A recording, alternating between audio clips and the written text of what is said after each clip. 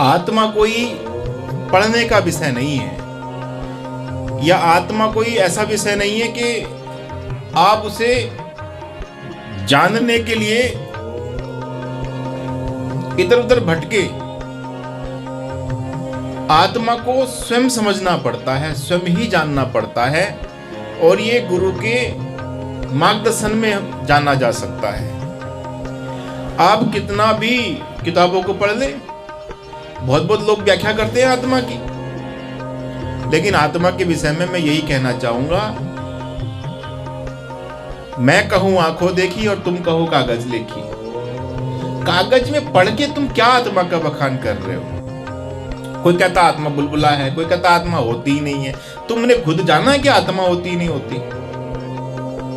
बस कोई कहेगा अष्टावक्र गीता उठा करके ले आएंगे। नास्तिकों का ग्रंथ है अष्टावक्र गीता, सनातन धर्म में कहां चलता है वो? जो वेद विरुद्ध एक शब्द कह दे वो नास्तिक है, वेद के अनुसार,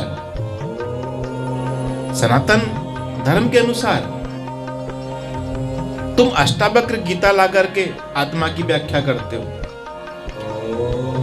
बड़े बड़े पांडालों से बोला जा रहा है, बड़े बड़े आचार्य लगे हुए हैं, आत्मा के विषय में समझा रहे हैं। ये कोई आईआईटी का विषय नहीं है, ये आईआईएम का विषय नहीं है, ये कोई पॉलिटेक्निक का विषय नहीं है, ये कोई शिक्षा शास्त्र का विषय नहीं है, ये धर्म शास्त्र का विषय है। और वो धर्म जो मेरे भीतर है ये उसका विषय है। मेरे भीतर जो कुछ भी हो रहा है वो सब आत्मा के द्वारा हो रहा है। मेरी अगर कोई भी इच्छा जागृत हुई है तो वो आत्मा के द्वारा ही जागृत हुई है। कोई कहे कि आत्मा भोगता नहीं है, अज्ञानी है वो, उसने आत्मा को जाना नहीं है। वो पढ़ रहा होगा किताबों में, कहीं आत्मा को ढूंढ रहा होगा, अज्ञानी है वो। आत्मा ही भोगता है। अगर आपके मन में कोई भी विचार उत्पन्न हुआ है, चाहे वो नैतिक हुआ हो चाहे वो अनैतिक हुआ हो, यह विचार आत्मा से ही उत्पन्न होता है। आपने प्रायः सुना होगा ना कहते हुए दुष्ट आत्मा है, और आत्मा को अगर भोगता नहीं है तो वो दुष्ट कहां से हो गई? आत्मा के अंदर विकार भी होते हैं,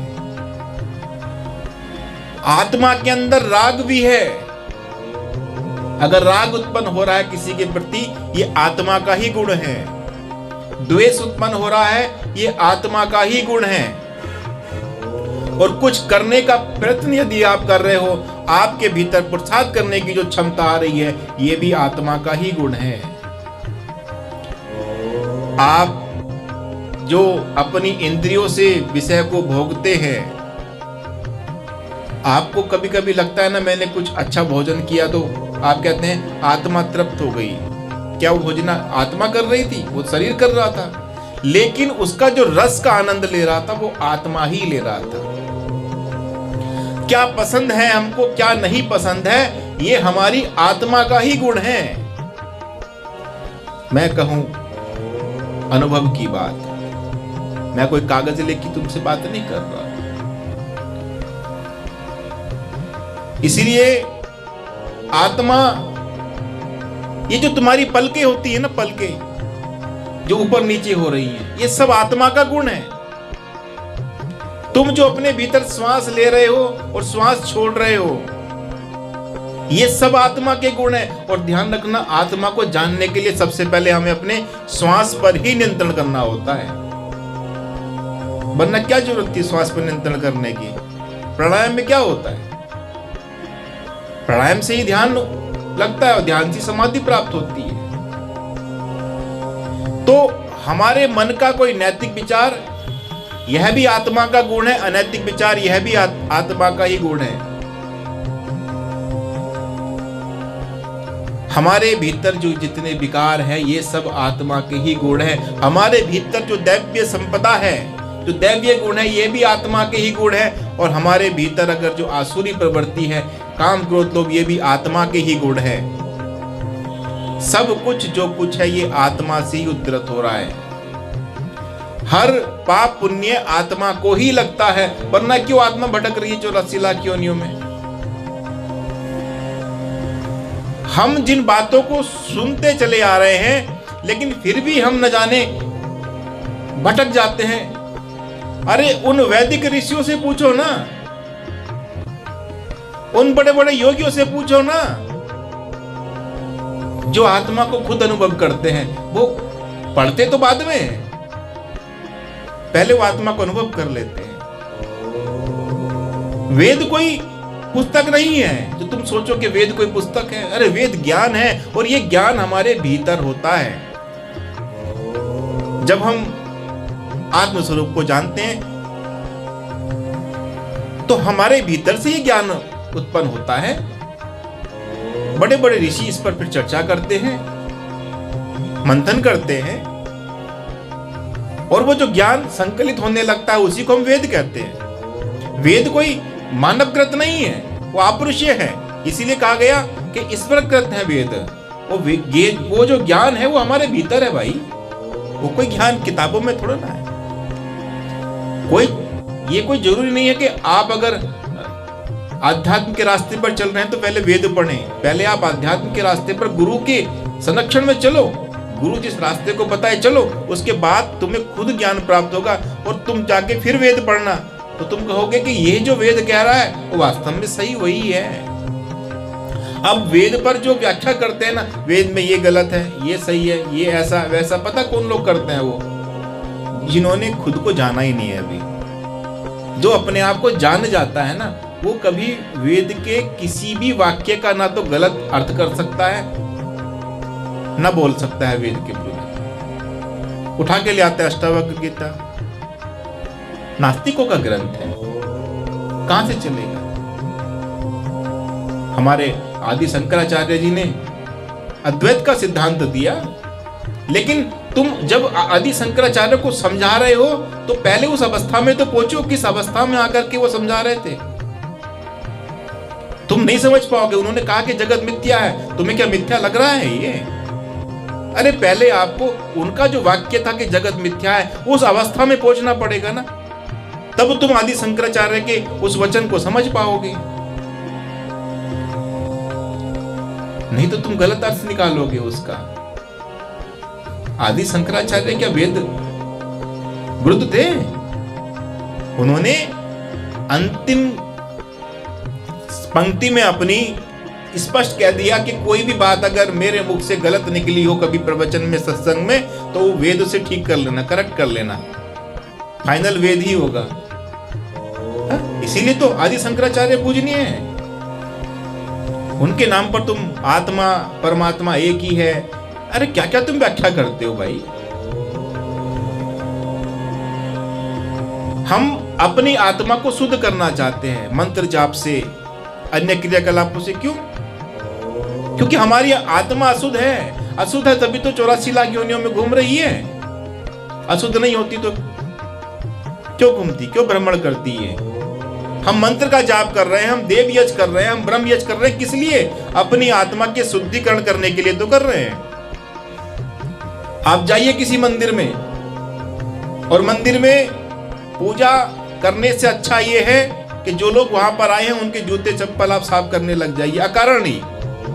वो तुमसे नहीं कह रहे हमारे जूते चप्पल साफ करो, लेकिन आप व्यवस्था बना करके वहां उनके जूते चप्पल साफ कीजिए। देखिए तुम्हारी आत्मा कितनी जल्दी शुद्ध होती है। एक व्यक्ति जो गंदे कपड़े पहन करके जा रहा है, उसके कपड़े आप साफ कर दीजिए, उसे कहिए मैं आपके कपड़े धो करके देता हूं। अकारण ही सेवा कीजिए।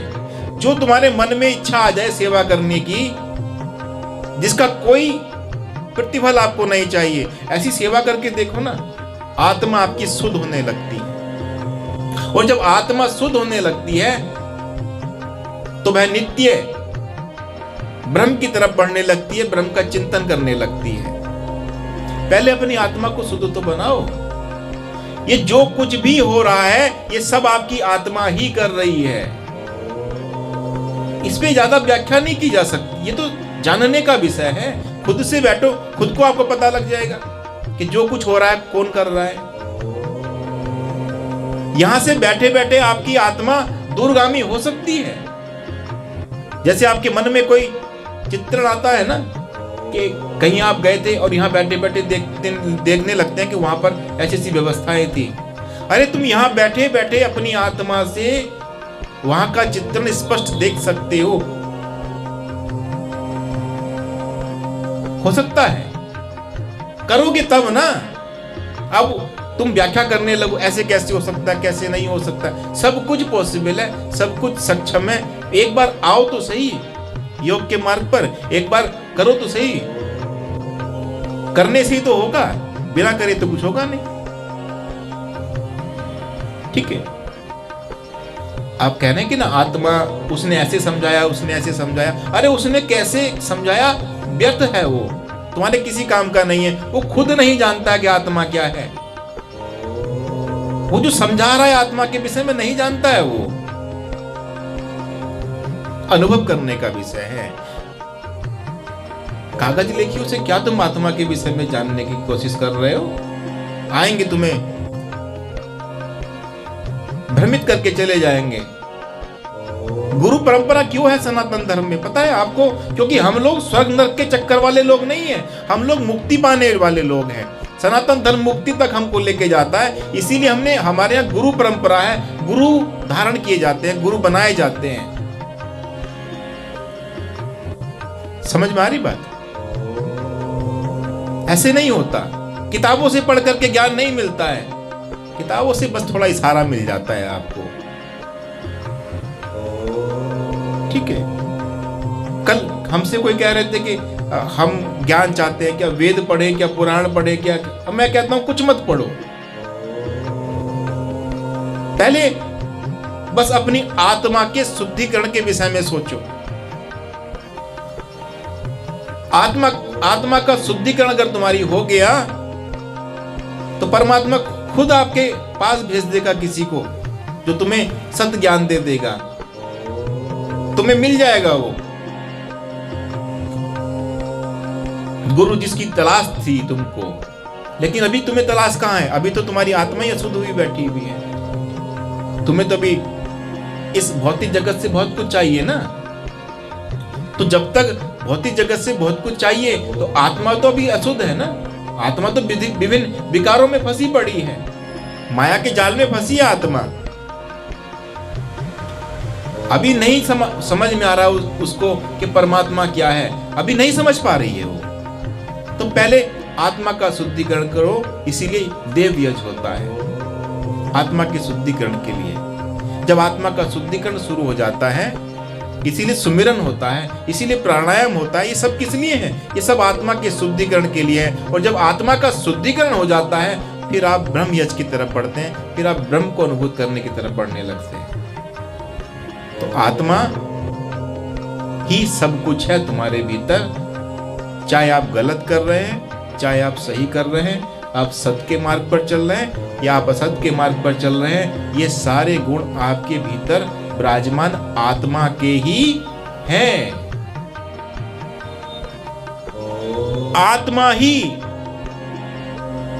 सुख दुख का अनुभव कर रहा है, आत्मा ही इच्छा कर रहा है, आत्मा ही राग कर रहा है, आत्मा ही द्वेष कर रहा है, आत्मा ही श्वास ले रहा है, आत्मा ही श्वास छोड़ रहा है। ये सब कार्य आत्मा कर रहा है। और जब आप मार्ग पर निकलेंगे आत्मा को समझने के लिए, तो आप यही पाओगे। जो निकलते नहीं है वो विभिन्न प्रकार से व्याख्या करते हैं आत्मा की। तो पुण्यात्माओं, अथा तो ब्रह्म जिज्ञासा, ब्रह्म को जानने की जिज्ञासा रखो। जन्मादस्य दित्रस, और जन्म से ही रखनी चाहिए। सनातन धर्म स्पष्ट कर रहा है, ओम खम ब्रह्म, यह संपूर्ण ब्रह्मांड ब्रह्म है, जिसका निज नाम ओम है। ये स्पष्ट व्याख्या कर रहा है। यही बात कृष्ण अर्जुन को समझा रहे हैं बार बार। तो तुम क्यों इधर उधर भटक रहे हो?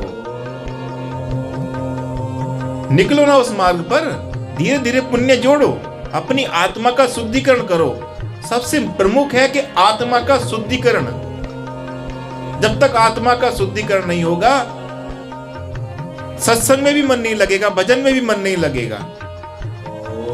परमात्मा की तो छोड़ ही दो, बहुत बड़ी बात है वो। तो पहले तो आत्मा का शुद्धिकरण करो। शुद्धिकरण बहुत जरूरी है। समझ में आ रही बात? शुद्धिकरण बहुत जरूरी है।